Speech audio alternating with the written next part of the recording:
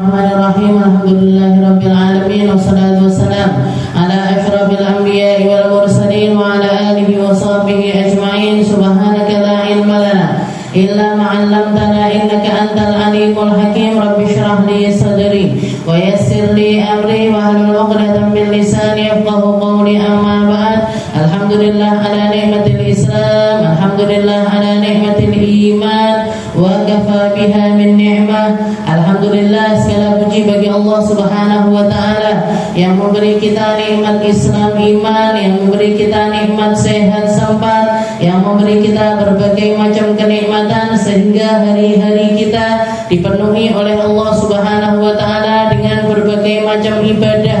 Digampangkan kita untuk sholat, digampangkan kita untuk puasa, digampangkan kita untuk berbakti dengan orang tua dan juga suami, ataupun juga merawat anak-anak yang sudah punya anak dengan perawatan-perawatan yang benar, menirukan apa yang diajarkan oleh Allah Subhanahu wa taala lewat lisan Nabi kita Nabi Muhammad sallallahu alaihi wasallam.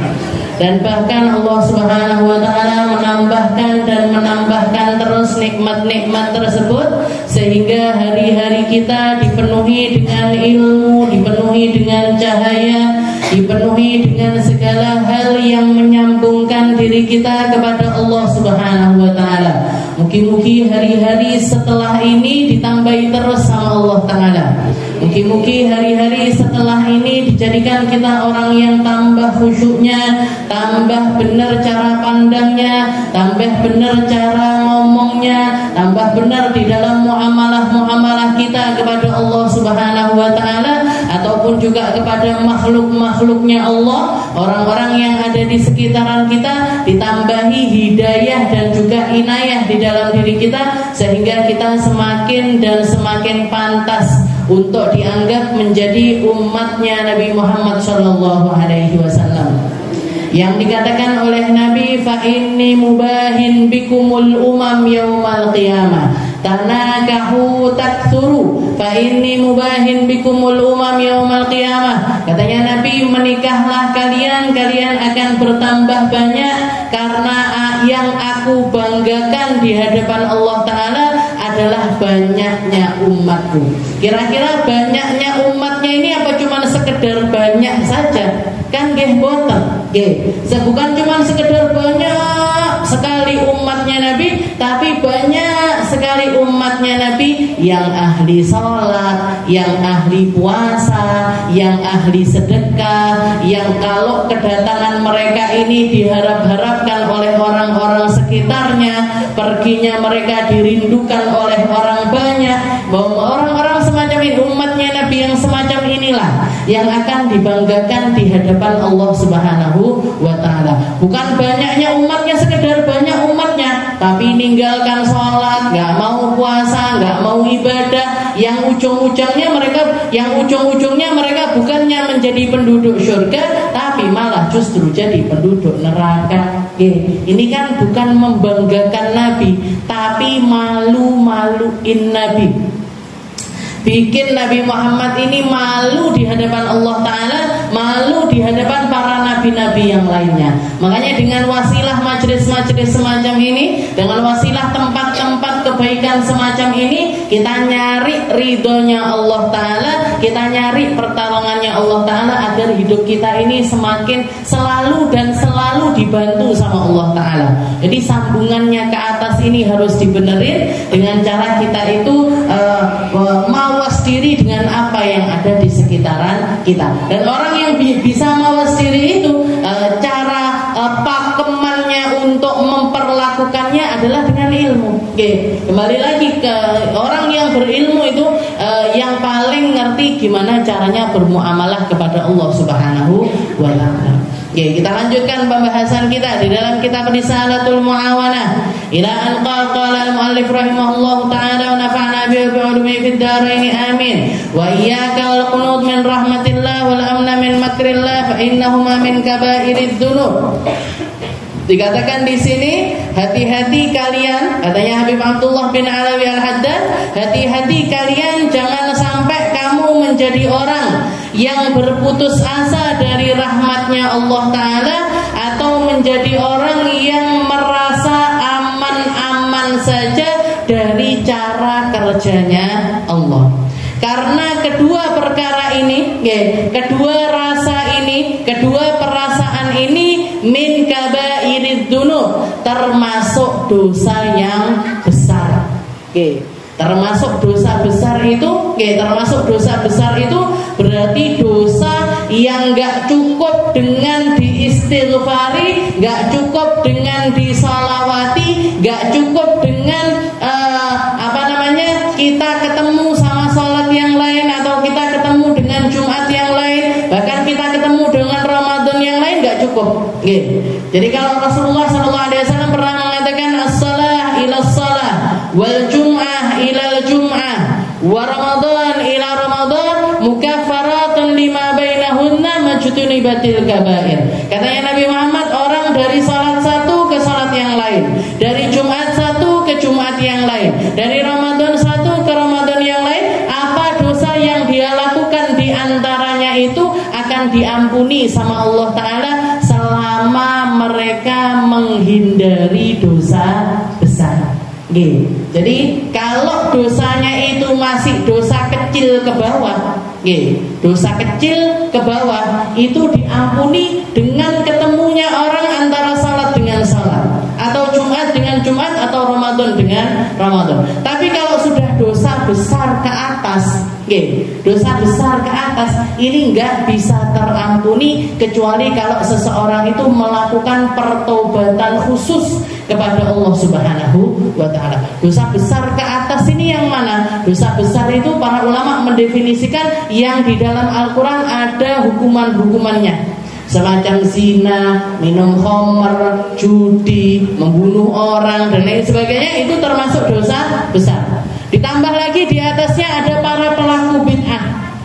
Para pelaku bid'ah, orang-orang yang bikin syariat atau bikin ngerubah tentang aturannya Allah Subhanahu wa Ta'ala di dalam usulnya, di dalam asal-asal agama itu dirubah. Sesuatu yang disepakati oleh ijma' ulama, yang disepakati oleh para ulama menjadi pakem-pakemnya agama, mereka merubah hal tersebut. Nah ini para pelaku bid'ah yang semacam ini, mereka adalah para pelaku dosa besar. Lalu yang terbesar lagi asyirku billah, menyekutukan Allah Subhanahu wa Ta'ala. Nah itu nggak bisa diampuni kecuali dengan pertobatan khusus. Nah ini termasuk dikatakan Habib Abdullah bin Alawi al-Haddad mengatakan min kabairid dzunub. Termasuk dua dosa besar, yaitu orang yang di dalam dirinya al-qunut min rahmatillah, merasa putus asa dari rahmatnya Allah. Aku ki yo wis ngene iki, dosaku wis kakean, bene terserah Gusti Allah, nanti aku mau ditaruh di neraka yang macam apa. Perasaan semacam ini wis babano, aku wis kadung suwi ndak salat, tak bablasne ae sampai mati ndak salat, tak bablasne ae sampai meninggal nggak usah puasa, tak bablasne ae aku tak ngombe-ngombe dan lain sebagainya. Dia merasa kalau rahmatnya Allah Ta'ala ini nggak mampu menjangkau dirinya. Dia merasa kalau ampunannya Allah Ta'ala ini nggak mungkin nyampe ke dirinya karena saking banyaknya dosa orang tersebut. Maka ini termasuk dosa di atas dosa. Yang dia lakukan itu sudah dosa, nggak sholat, nggak puasa, nggak zakat, nggak minum khamr, melakukan maksiat-maksiat, dan itu sudah dosa. Ditambah ada dosa yang lebih besar lagi, yaitu al-qunut min rahmatillah, merasa putus asa untuk mendapatkan rahmatnya Allah Subhanahu wa Ta'ala. Juga termasuk dosa besar apa? Al-amnu min makrillah, merasa aman dari cara kerjanya Allah Ta'ala, merasa aman dari azabnya Allah Subhanahu wa Ta'ala. Ini juga dosa di atas dosa. Dosa di atas dosa. Kenapa? Karena orang ketika merasa dirinya ini aman, merasa aman, ndak popo, aku lo duwe kenalan Pak Yai kuwi, Bu Nyai kuwi, Ustadz iki, Ustadzah iki, nggak popo ndak sholat. Gak apa-apa nggak puasa, gak apa-apa aku melakukan maksiat-maksiat, gak apa-apa. Diampuni nanti sama Allah Ta'ala. Engko aku lek diselametne karo koncoku sing kuwi, diselametne karo ustazku sing kuwi. Jadi tandanya dua orang ini, Bu. Orang yang qanit min rahmatillah wal amin min makrillah, orang yang merasa putus asa dari rahmatnya Allah dan merasa aman dari cara kerjanya Allah Ta'ala. Dua-duanya ini sama-sama meninggalkan ibadah dan melakoni maksiat. Terus melakukan maksiat dan terus meninggalkan ibadah karena yang satu perasaan di dalam dirinya dia nggak pantas untuk dapat rahmatnya Allah, terlalu jauh dari Allah Ta'ala. Yang satu lagi merasa aman dari bagaimana cara Allah Ta'ala itu memperlakukan hambanya dengan adab-adab darinya. Jadi loro-loro ini tidak benar. Dua-duanya ini enggak benar. Yang benar gimana? Yang benar kita ngelakoni ibadah, menjauhi maksiat sambil berharap luar biasa untuk mendapatkan ampunannya Allah, untuk mendapatkan rahmatnya Allah Ta'ala. Di satu sisi juga takut sekali untuk masuk ke dalam neraka. Jadi dua rasa ini seimbang di dalam hati orang tersebut. Itu baru perasaan yang benar. Tapi kalau dia melakukan maksiat dengan mek ngene tok maksiate ndak popo aman nanti. Aman itu dari mana? Aku wis konconan karo malaikat Israil. Aku wis konconan karo malaikat Malik penjaga neraka. Aku wis konconan karo malaikat Ridwan penjaga surga. Kenalane neng ngendi? Kenalannya itu di mana? Dapatnya itu dari mana? Nah, ini rasa yang enggak benar ini. Makanya Allah Subhanahu wa taala mengatakan wa may yaqnut min rahmati rabbih illa dhallun. Orang yang putus asa dari rahmatnya Allah Ta'ala itu mesti sesat. Mesti hidupnya ini ada di dalam kesesatan karena dia memilih untuk nggak ngapa-ngapain. Memilih untuk wes pokoknya aku yang ngene iki. Ya saya ini ya seperti ini. Nggak perlu wes istilahnya saya sudah terlalu lama nggak sholat, percuma saya sholat, nanti saya juga nggak akan bisa modoi apa yang sebelumnya dan nggak akan diselamatkan oleh Allah Subhanahu wa Ta'ala. Dia memilih untuk melepaskan Islam, dia memilih untuk melepaskan ibadah, dia memilih untuk melakoni maksiat dengan perasaan putus asa. Katanya Allah Ta'ala wa man yaqnut min rahmati rabbi illa dhallun. Orang yang putus asa dari rahmatnya Allah mesti kesasar. Kesasar. Kenapa? Karena dia jadi mainannya setan. Terus memang benar perasaan kayak gitu itu benar.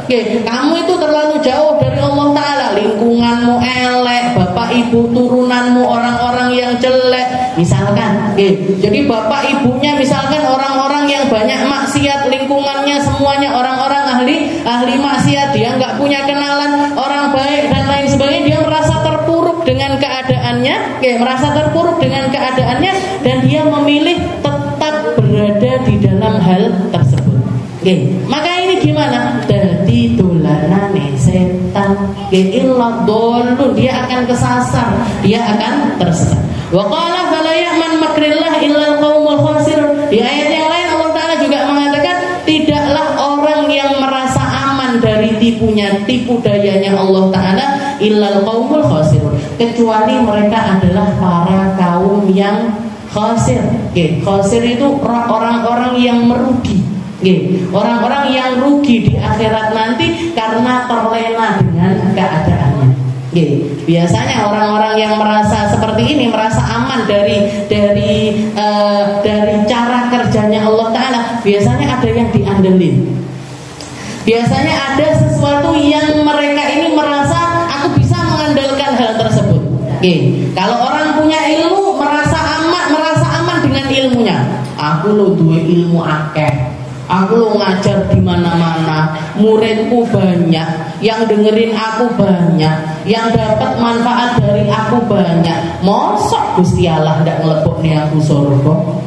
Memangnya ada surat ACC masuk surga? Tidak ada Bu. Ustadz, ustadzah, ulama, dai, sekondang apapun, setinggi apapun, sebanyak apapun efek yang dia timbulkan, tidak ada surat ACC dapat surat dari Allah Ta'ala, kamu masuk di dalam golongan orang-orang yang masuk ke dalam surga. Tidak ada. Bahkan Syekh Abdul Qadir Al-Jailani, jangan kenal Syekh Abdul Qadir Al-Jailani. Biasanya ibu-ibu Jawa-Jawa istilahnya yang dapat amaliyah dari orang tua-tua dulu kan biasanya manakipan, gitu. Yang dibacakan manakibnya Syekh Abdul Qadir Al-Jailani, seseorang yang bahkan dari masih bayi, si bayi ini loh Bu, masih di buayan ibunya, dia sudah berpuasa Ramadan. Baru lahir sudah puasa Ramadan Syekh Abdul Qadir Al-Jailani. Kok bisa? Kok bisa? Kata ibunya setiap kali datang waktu fajar tidak mau nyusu beliau. Baru mau nyusu lagi nanti kalau sudah adzan maghrib. Kalau sudah matahari itu tenggelam. Malam itu beliau mau nyusu. Tapi mulai dari fajar sampai tenggelamnya matahari nggak pernah mau nyusu. Itu Syekh Abdul Qadir Al-Jailani. Jadi keramatnya itu bahkan tidak mulai. Beliau ketika masih kecil umur 5 tahun, 6 tahun itu kalau beliau itu mau main-main sama teman-temannya, keluar dari rumahnya dengan niatan main. Koncone dolanan main bola misalkan atau main apa gitu, beliau keluar rumah untuk bermain. Tahu-tahu ada suara dari atas langit yang mengatakan, ya Abdul Qadir, laisa limithli hadza khalaqtuk. Wahai Abdul Qadir, bukan untuk hal semacam ini kamu itu aku ciptakan. Bukan buat main-main. Kamu hidup itu bukan buat main-main. Kamu hidup itu untuk menjadi hambaku, untuk beribadat kepadaku. Akhirnya pulang lagi, buka Al-Quran lagi, ngaji lagi, ibadah lagi. Saya umur 5 tahun, 6 tahun itu saya. Jadi dadi wali gampang itu. Dadi wali mulai bayi. Mulai masih kecil itu sudah jadi wali. Makanya di manakibnya itu dibaca di mana-mana. Jangan ditinggal itu Bu, manakib itu. Jangan wariskan ke anak-anak, jangan wariskan ke cucu-cucu. Saiki mulai nggak ngetren itu manakipannya. Karena kalah sama istilahnya rutinan-rutinan yang lainnya. Tapi kalau di Dalwa tetap dibaca. Di Dalwa itu setiap Senin malam. Setiap Senin malam itu manakibnya Syekh Abdul Qadir Al-Jailani itu selalu dibaca. Nanti satu kelompok baca manakibnya Syekh Abdul Qadir Al-Jailani, yang lain-lainnya baca salawat nariyah. Baca salawat nariyah sebanyak-banyaknya. Jadi orang yang luar biasa kewaliannya itu mulai dari istilahnya urung dadi opo-opo wis dadi wali. Sudah memang diambil sama Allah Ta'ala rohnya ini untuk menjadi orang yang mulia. Dikatakan ketika beliau sudah sampai ke satu makom, wali itu kan juga gitu, naik lagi, levelnya seperti itu Bu. Dikatakan Syekh Abdul Qadir Al-Jailani, ini salah satu kejadian yang unik terjadi kepada beliau. Beliau lagi ibadah, tahu-tahu langit ini berubah dari dari cerah berubah jadi gelap. Setelah jadi gelap, tahu-tahu ada cahaya keluar. Setelah itu cahaya tersebut mengatakan, ya Abdul Qadir, wahai Abdul Qadir, sudah cukup ibadahmu, sudah cukup sholatmu.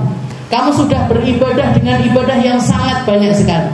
Mulai hari ini, faqad halaltu lakal muharramat, telah aku halalkan bagimu yang haram, dan kamu sudah nggak perlu lagi melakukan ibadah-ibadah apapun. Cahaya istilahnya nuansanya itu mendukung untuk orang ini merasa kalau sedang berada di dalam tempat yang sakral, istilahnya gitu. Syekh Abdul Qadir pinter, alim ini makanya dari ilmu. Beliau ngambil batu dilempar ke cahaya itu tadi. Katanya beliau, ihsa ya la'in, pergi kamu wahai makhluk yang terlaknat. Pergi kamu, dilempar pakai batu. Setelah itu cahayanya itu hilang. Sambil ketika cahaya itu hilang pun dikatakan suara itu masih tetap sempat mengatakan, wahai Abdul Qadir, dengan cara ini aku telah menyesatkan lebih dari 70.000 orang yang sudah menjadi walinya Allah Ta'ala. Sudah jadi wali. Dengan cara ini, dengan tipu daya semacam ini, 70.000 orang balik sesat lagi.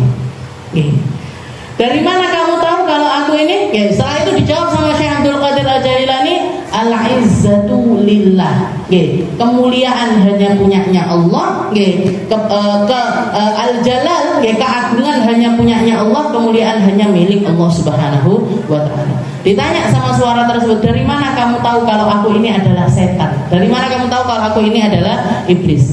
Katanya Syekh Abdul Qadir, dari kalimatmu yang mengatakan faqad halaltu lakal muharram, telah aku halalkan untukmu sesuatu yang haram. Nabi Muhammad sampai meninggal, manusia paling mulia, tetap wajib sholat, Bu.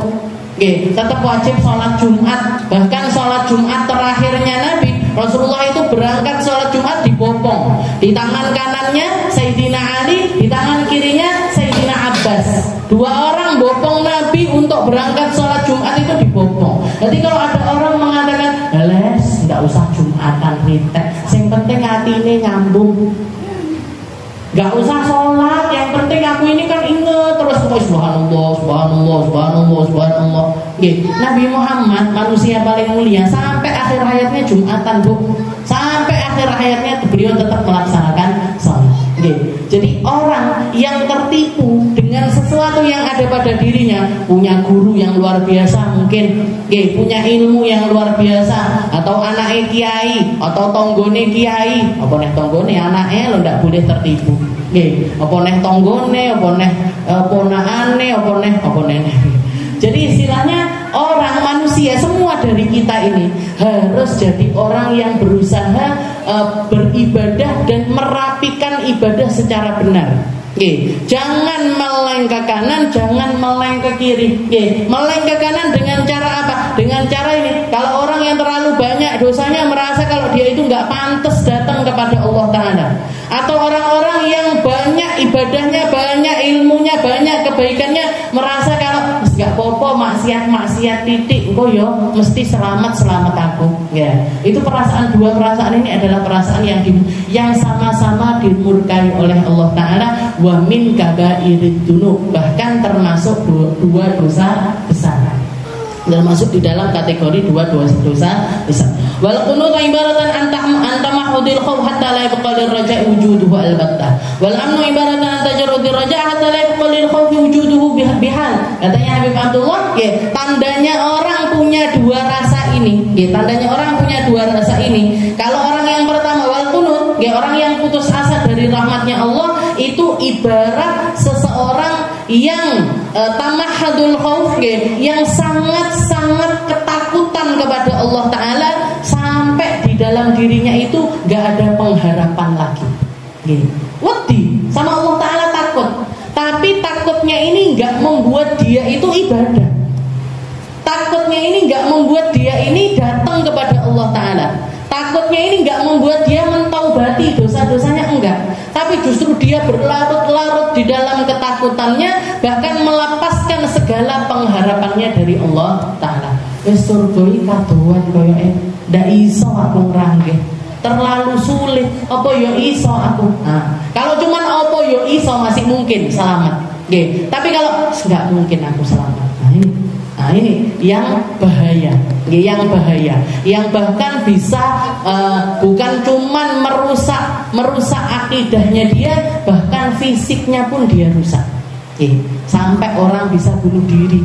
Ini karena apa?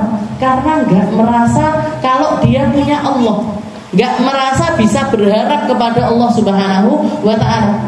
Dulu kemarin di tempatnya Ustazah Aisyah Anggreni yang kita bahas kan tentang ini. Orang yang banyak emosinya nggak terkendali, dia berlarut-larut di dalam emosinya yang nggak benar, sampai putus asa dari rahmatnya Allah Ta'ala, akhirnya memutuskan bunuh diri. Banyak kejadiannya. Saya punya bibi juga kerja di PNS bagian seperti itu. Dikatakan Tulungagung ini lagi marah orang bunuh diri. Naudzubillah. Naudzubillah min dzalik. Bahkan ada catatan beberapa hari yang lalu itu dalam satu hari 4 kasus. Enek sing nabrak awake ning gone kereta, ada yang gantung diri dan lain sebagainya. Naudzubillah. Gara-gara apa? Gara-gara ndak iso bayar utang, gara-gara diputusin pacarnya. Yang banyak itu ngoten, Bu. Diputusin pacarnya, tutup bojone lho nggih. Diputusin pacarnya, nggih. Pacarane berarti kan paling berapa lama sih? Berapa lama dia kenalan, tapi kok bisa ketika lepas dari orang yang dia katakan cinta itu sampai nggak merasa kalau punya Tuhan, nggak merasa kalau punya orang tua, nggak merasa kalau punya tempat kembali untuk dia itu merehatkan hatinya dia. Jadi bahaya sekali ini al-qunut min rahmatillah. Wal amnu ibaratan antajarrudi raja hatta la yabqal khawf wujuduhu bihal. Sedangkan orang yang merasa aman itu kayak seseorang yang berharap terus sama Allah Taala, sampai nggak punya rasa takut sama sekali kepada Allah. Jadi berharap toh, aku kan wis duwe sholat, aku kan wis duwe poso, aku kan wis duwe guru, aku kan wis duwe ilmu, aku kan wis duwe ini tadi, sehingga dia mengizinkan dirinya untuk melakukan maksiat. Mengizinkan dirinya untuk melakukan maksiat, maka orang tersebut adalah orang yang juga sama-sama dimurkai oleh Allah Subhanahu wa Ta'ala. Makanya dua rasa ini harus seimbang. Dua rasa ini harus seimbang. Dikatakan di zaman dulu ada satu ulama namanya Abu Ya'la. Abu Ya'la bin Ziyad ini, beliau itu ahli ibadah, beliau itu ahli ilmu, ahli ibadah. Dan kalau ceramah itu, kalau ngingetin orang, kalau ngisi kajian, itu beliau memperbanyak nakut-nakutin orang. Cerita neraka, cerita tentang azab kubur, cerita tentang malaikat-malaikat yang para pencabut nyawa dan lain sebagainya. Sampai orang-orang yang datang, biasanya kan majelis kayak gini ini kan nggak favorit, gitu. Majelis yang tegang, majelis yang nggak banyak variasinya, yang nggak banyak dekorasi, nggak banyak yang ngoten ini kan biasanya akeh-akeh seneng gitu. Majelis kayak gitu kan istilahnya nanti pengajian intinya dikit tapi yang banyak guyonane, ngoten niku.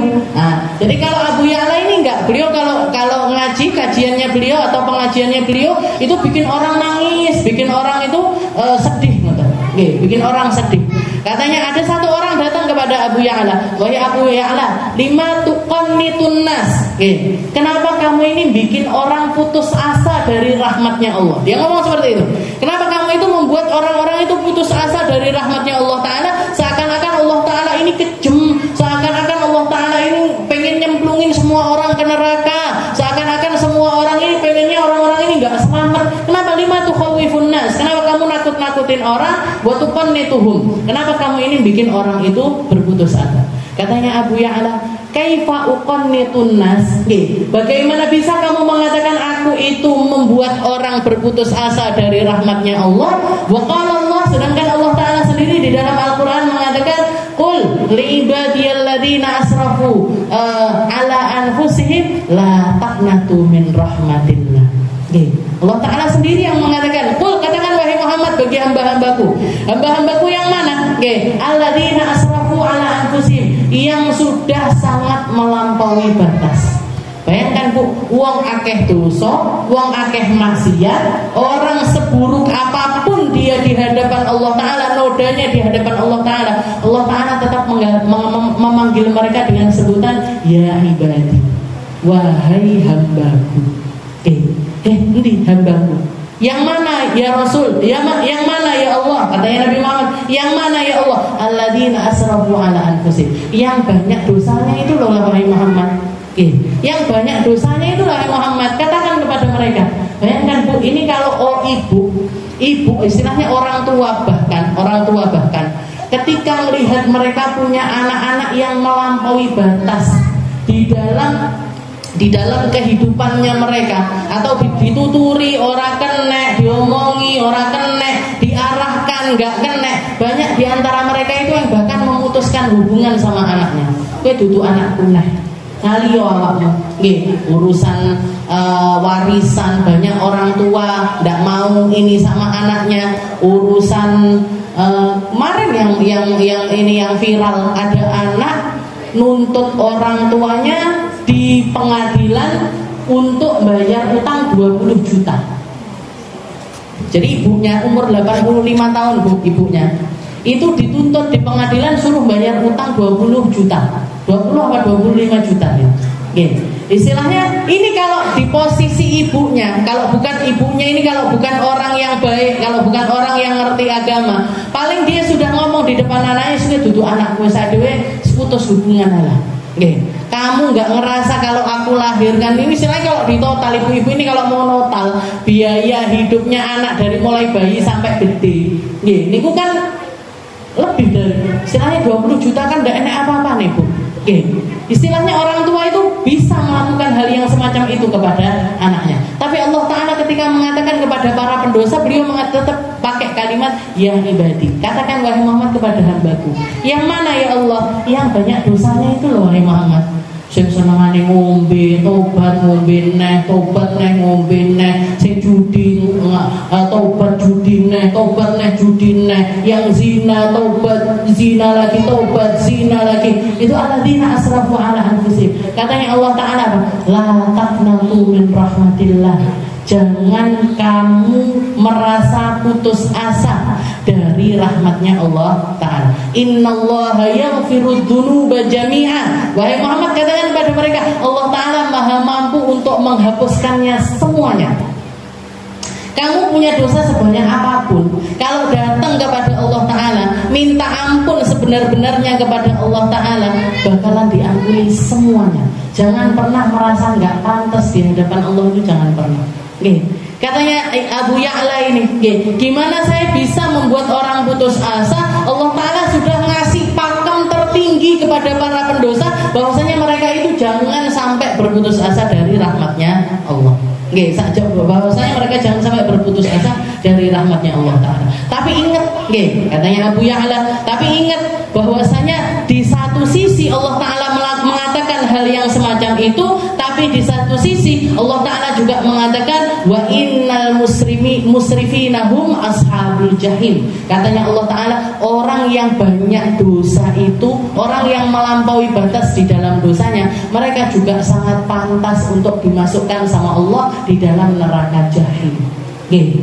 Tapi kalian para manusia ini kan kebanyakan pengennya denger yang enak-enak, pengennya dengar tentang surga, pengennya dengar tentang kenikmatan kubur, pengennya dengar tentang kebaikan-kebaikannya Allah Ta'ala, syafaat-syafaatnya Nabi Muhammad SAW, sambil kalian tetap melakukan maksiat.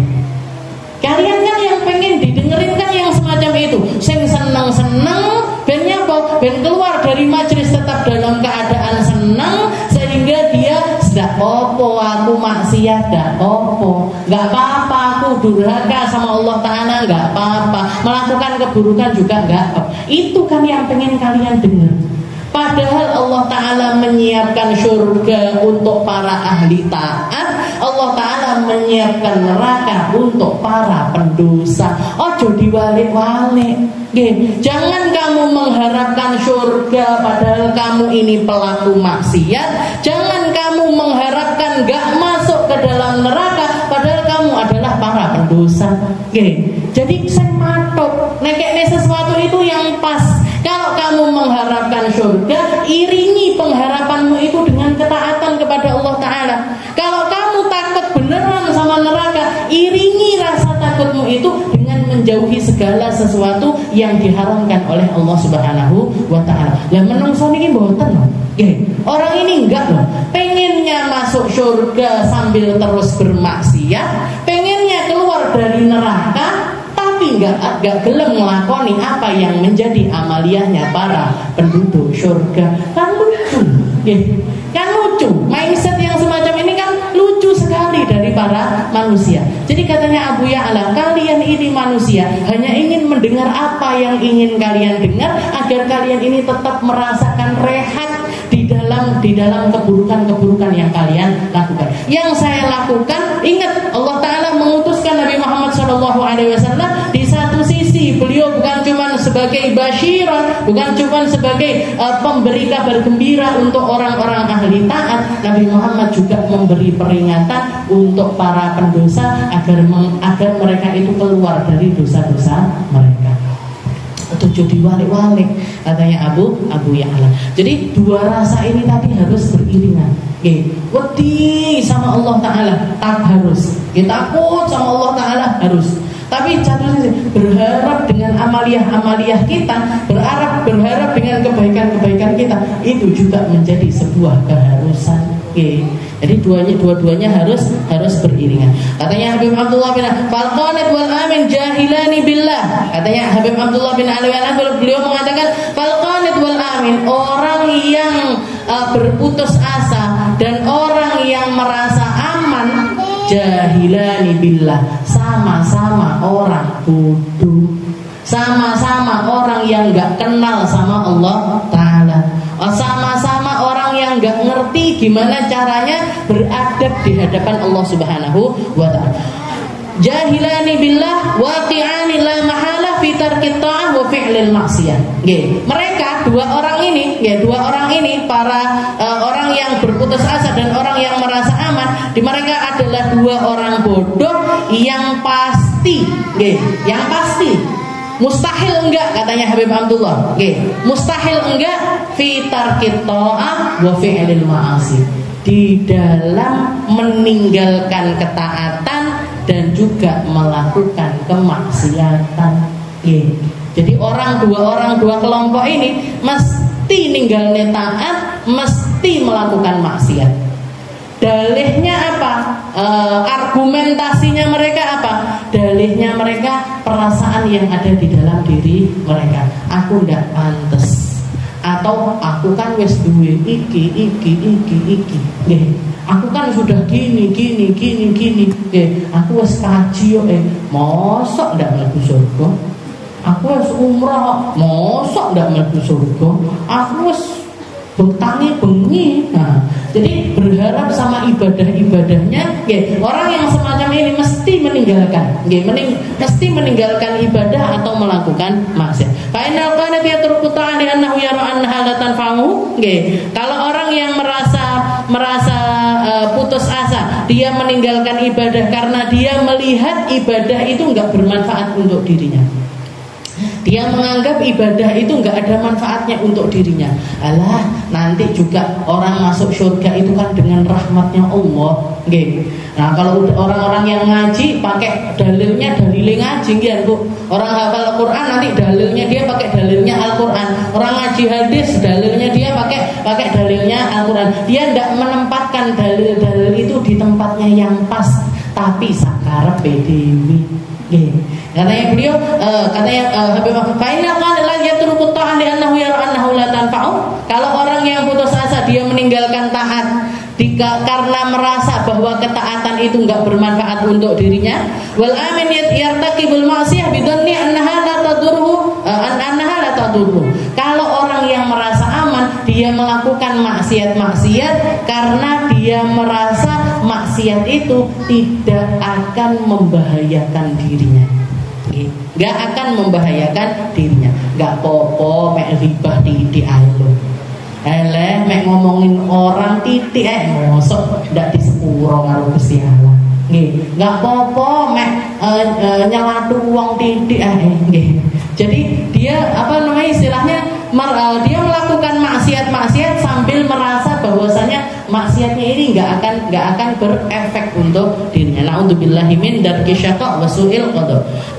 Semoga Allah Ta'ala melindungi kita semuanya dari puncaknya kebinasaan dan juga puncaknya kesengsaraan. Karena dua rasa ini semuanya ujungnya sengsara. Sengsara apa? Sengsara di dunia, sengsara di akhirat. Karena dia ibadah dengan landasan yang nggak benar. Dia nggak akan merasakan nikmatnya ibadah, nggak bisa Bu. Orang yang punya rasa dua ini, orang yang punya dua rasa ini nggak akan bisa menikmati setiap ibadah-ibadah yang sedang dia lakukan. Karena biasanya yang di otaknya ini hitung-hitungan. Yang di otaknya dia ini hitung-hitungan. Duhaku sakmene rakaat. Bangun malamku sakmene rakaat, sholawatku hari ini sekian banyak. Jadi hitungan-hitungan yang ada di dalam pikirannya sehingga dia nggak bisa menikmati ibadah-ibadah kepada Allah Subhanahu wa Ta'ala. Wa iyyaka wa amani al-maghfirah al-qati'anah wa hiya ma tasma' ala lisan ta'ifatin minal mughtarrin. Begitu juga hati-hati kamu dengan angan-angan ampunan yang menyesatkan dirimu. Banyak orang-orang orang yang diberi angan-angan, ya, istilahnya ngangen-ngangen di dalam pikirannya ini bahwa dirinya pasti diampuni sama Allah Ta'ala, ya, bahwa dirinya pasti diampuni oleh Allah Ta'ala. Ini biasanya diucapkan oleh lisan-lisan para mughtarin, orang-orang yang tertipu, ya, orang-orang yang tertipu. Min qaulihim innallaha yaghfiru dzunuba jami'a. Di antaranya mereka mengambil kalimatnya Allah Ta'ala pakai ayat Al-Quran yang mengatakan innallaha yaghfiru dzunuba jami'a. Allah Ta'ala itu akan mengampuni segala dosa. Wa huwa ghaniyun 'anna wa 'an amalina wa khazainuhu mamlu'ah bil khairi wa rahmati wasi'at kulla syai'. Biasanya mereka akan yang mempengaruhi otaknya dia, yang mempengaruhi jalan pikirannya dia, bahwasanya Allah Ta'ala itu enggak membutuhkan kita, enggak membutuhkan amal kita. Dan khazainuhu, istilahnya khazain itu kayak simpanannya Allah Ta'ala itu sudah penuh dengan kebaikan, rahmatnya Allah Ta'ala meliputi segala sesuatu. Ini kalimat-kalimat ini kalau pas nyampenya ke otak kita itu pas, bakalan mengeluarkan ibadah-ibadah. Tapi kalau nyampenya itu enggak pas, biasanya karena hatinya kotor, karena hatinya banyak nodanya, karena dia memiliki banyak maksiat, nyampenya itu beda. Oh, Gusti Allah nggak butuh sama sholat kita. Ya wis gak apa-apa lek aku nggak sholat. Oh, Allah Ta'ala nggak butuh sama ibadah-ibadah kita. Terus berarti mek siji tok kaya aku ndak ngibadah kan ya ndak apa-apa wae. Mau zakat, Allah Ta'ala kan nggak butuh sama zakatnya kita. Zakat lah cuman aku tok yang nggak ngelakoni kan nggak ngaruh juga di masyarakat. Jadi yang ada di dalam dirinya ini dari asalnya sudah perasaan rakus, perasaan serakah, malas dan lain sebagainya, sudah menjangkiti hati orang tersebut. Setelah itu dapat dalil-dalil dari Al-Quran, nyampainya ke dalam dirinya salah. Nyampainya ke dalam dirinya salah. Makanya Bu, yang paling penting dari seluruh tubuh kita ini wi'auna, hati kita ini loh. Yang katanya Nabi Muhammad, idza salahat jasadul kullu. Kalau sudah hatinya orang ini benar, semua yang keluar ini bakalan benar. Diajarin yang keluar benar, difahamkan yang keluar benar. Belajar Al-Quran jadinya benar, belajar hadis jadinya benar, datang ke pengajian jadinya benar. Tapi kalau sudah asal hatinya ini nggak benar, mau dia itu dikasih apapun yang keluar juga jadi nggak benar. Pakai ayat Al-Quran yang mengatakan innallaha yaghfiru dzunuba jami'a. Semua dosa manusia ini bakalan diampuni sama Allah Ta'ala. Maka yang masuk ke dalam pikirannya, berarti tidak popong, kan yang di sepuro. Nanti saya maksiat sekarang nggak apa-apa, nanti kan bakalan diampuni sama Allah Ta'ala. Nah, ini kan nggak benar. Yang kayak gini kan nggak benar. Ma'israri ma'ala fi'lil ma'asi, dia terus-terusan melakukan maksiat, wa tarkil a'malis shalihah, dia terus-terusan meninggalkan amal saleh, wa ka'annahum yaquluna bisani ahwalihim inna ta'ah la tanfa' wa annal ma'asi la tadur. Jadi seakan-akan lisan halnya dia, mungkin nggak diucapkan pakai kata-kata, tapi dalam kesehariannya dia itu seakan-akan menganggap ndak popo ndak melakukan ketaatan, ndak popo ndak ngibadah, ndak popo ndak meninggalkan maksiat. Nggak apa-apa perempuan ndak jilbaban, ndak popo, ndak popo. Pokoknya maksiat itu dia menganggapnya itu nggak masalah untuk dilakukan. Dia menganggap kalau ketaatan itu inna ta'ah la tanfa', taatan itu nggak bermanfaat, dan maksiat juga tidak akan membahayakan seseorang. Wa hadza buhtanun 'adzim. Dan yang semacam ini adalah kedustaan yang sangat-sangat nyata, kedustaan yang sangat besar. Makanya hati-hati nyari guru, hati-hati nyari pembimbing, hati-hati nyari orang-orang yang nuntun kita menuju Allah Ta'ala ini. Hati-hati Bu. Kalau yang keluar dari lisan mereka ini ngaji kitab, ngajinya kitab, tapi ngomong yang aneh-aneh istilahnya, Bu, ndak popos ngaji, yang penting ngaji ya Bu, ngaji ya Bu, sholat nomor loro misalkan. Atau kemarin bahkan saya beberapa kali dengar ada orang mengatakan, saking takzimnya sama gurunya, saking saking takdimnya sama chefnya, sama kiai-kiainya. Kiainya lagi ngadain hall besar, pas dia itu rewangan hari Jumat, yang keluar dari kata-katanya ndak popo, ndak Jumatan. Kan Jumatan ini seminggu ngarep kan enek neh Jumat. Lek hall kan setahun pisan. Ini kan aneh. Nah ini kalau sudah ketemu sama orang-orang kayak gini, nah ini nggak bener ini. Jadi gurunya berarti nggak benar istilahnya, atau mungkin kalau misalkan dia secara pribadi dia pemahamannya dia tentang gurunya yang nggak benar. Makanya dulu ada satu orang pengen berguru sama seseorang, ada calon murid nyari guru. Ketika dia pergi ke tempat gurunya, dilihat gurunya ini masuk ke masjid pakai kaki kiri, keluarnya pakai kaki. Keluarnya pakai kaki kanan. Padahal kan yang benar kan masuknya pakai kaki kanan, keluarnya pakai kaki kiri. Ini kan sunnahnya Nabi Muhammad kan seperti itu. Kalau masuk ke tempat-tempat yang baik kanan dulu, keluarnya kiri dulu, kan gitu. Nah ini ada calon murid mau ketemu sama gurunya, ternyata gurunya ketika masuk masjid pakai kaki kiri dulu, keluarnya pakai kaki kanan. Langsung mulai nggak jadi berguru. Katanya orang-orang, kenapa kok kamu nggak jadi berguru sama orang tersebut? Katanya dia, bagaimana bisa aku menjadikan dia seorang guru yang bahkan tentang ibadah dohir pun dia tidak memperhatikan.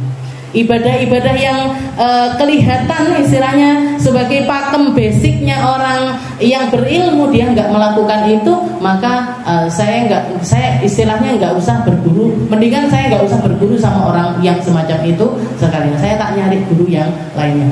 Timbangannya kadung istilahnya gitu. Daripada terlanjur jadi murid dari orang yang dia itu nggak berpegangan dengan sesuatu yang dipegang secara erat oleh Nabi Muhammad SAW. Apa yang dipegang sama Nabi Muhammad secara erat? Syariat, Bu. Syariat itu Rasulullah kekehnya luar biasa. Kekehnya luar biasa. Jadi kalau perempuan, masalah aurat, masalah campur laki perempuan, itu sesuatu yang basic. Golek guru ya harus yang seperti itu. Jangan sampai kita nyari guru yang gampangan istilahnya, gampangan di dalam memperlakukan muridnya dalam hal-hal yang menjadi aturannya syariat. Dan padahal Allah Ta'ala mengatakan, "Faman ya'mal mithqala dzarratin khairan yarah, wa man ya'mal mithqala dzarratin syarran yarah." Keburukan sekecil apapun akan nampak, kebaikan sekecil apapun juga akan nampak. Jadi kita itu dalam hal syariat yang besar ataupun yang kecil, yuk panggah kudu perhatian.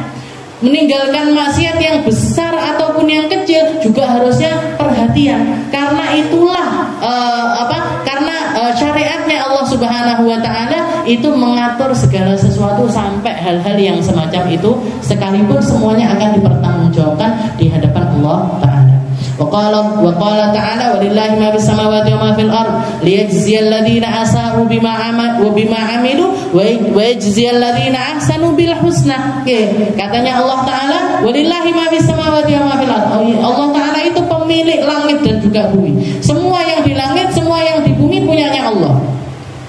Buat apa Allah Ta'ala memiliki segalanya ini? Untuk apa? Liyajziyal ladzina asa'u bima amilu, untuk membalas orang-orang jahat tentang apa yang mereka lakukan. Orang jahat itu pasti bakalan dibalas jahat sama Allah Ta'ala. Orang yang melakukan keburukan pasti dibalas keburukan tersebut. Wa yajziyal ladzina ahsanu bil husna. Begitu juga orang yang baik. Orang baik itu fungsi langit bumi ini diciptakan sama Allah Ta'ala untuk membalas orang baik dengan kebaikannya, untuk membalas orang buruk dengan keburukannya. Semuanya akan diperlakukan sesuai dengan apa yang menjadi kelakuannya mereka. Tidak akan kebalik. Tidak akan Allah Ta'ala memperlakukan buruk orang yang baik atau memperlakukan baik orang yang buruk. Nggak akan kebalik hal yang semacam itu. Wa qala Rasulullah sallallahu alaihi wasallam, al-qais man dana nafsu wa amila lima ba'dal maut wal ajiz man atba'a nafsu wa hawaha wa tamanna 'ala Allahil amani. Dan katanya Nabi, orang yang cerdas itu ya mereka-mereka yang amila lima ba'dal maut, yang beramal untuk hari akhirat mereka. Yang beramal untuk hari akhirat mereka. Wal ajiz man atba'a hawaha. Sedangkan orang yang lemah adalah yang selalu mengikuti hawa nafsunya sambil tamanna 'ala Allahil amani, sambil berangan-angan Allah Ta'ala memperlakukan mereka kebalikan dari apa yang mereka lakukan. Jadi dia ngelakoni elek berharap dapat surga, dia ngelakoni buruk, ngelakoni buruk, istilahnya. Jadi semuanya kebalikannya. Dia melakukan ketaatan, istilahnya dia meninggalkan ketaatan yang diangan-angannya adalah dia akan diperlakukan dengan baik. Dia melakukan keburukan juga berangan-angan diperlakukan baik oleh Allah Subhanahu wa Ta'ala. Jadi milik surga tapi tidak nyapo-nyapo. Nah ini hanya akan menjadi angan-angannya orang yang bodoh. Gak akan dapat apa-apa. Nasallallahu salamah. Mungkin Allah Ta'ala menyelamatkan kita dari perasaan yang semacam ini. Walau anaka qulta li wahidin min haula'il mughtarrin uqud 'anil kasbi wat tijarah wallahu ta'ala yatika birizqa la sakhira minka wallahu a'lam bissawab. Insyaallah kita lanjutkan di pertemuan yang selanjutnya.